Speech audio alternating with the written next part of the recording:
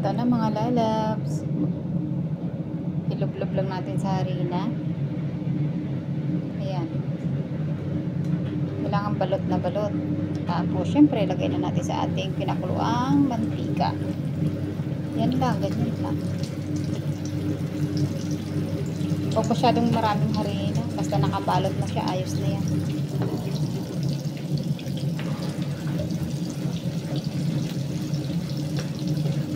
Kinamay ko, malinis na yung dalawang mga kamay ko. Naghugas na ako, ha.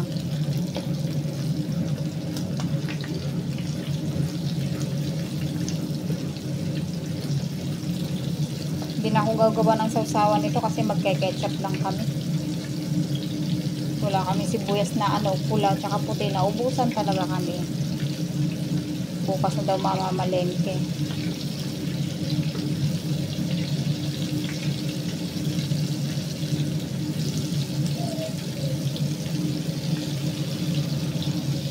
Ayan, habang may pa siya, may spice pa, pwede pa nating lagyan.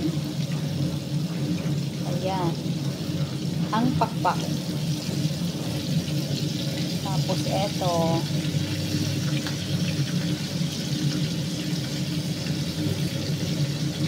O, diba? Pwede na kayo makagawa ng chicken joy kung gravy na kayo. Ayan. Ayan. O, tama na muna yan. Ganyan lang muna. Ay, nahulog. Ganyan na.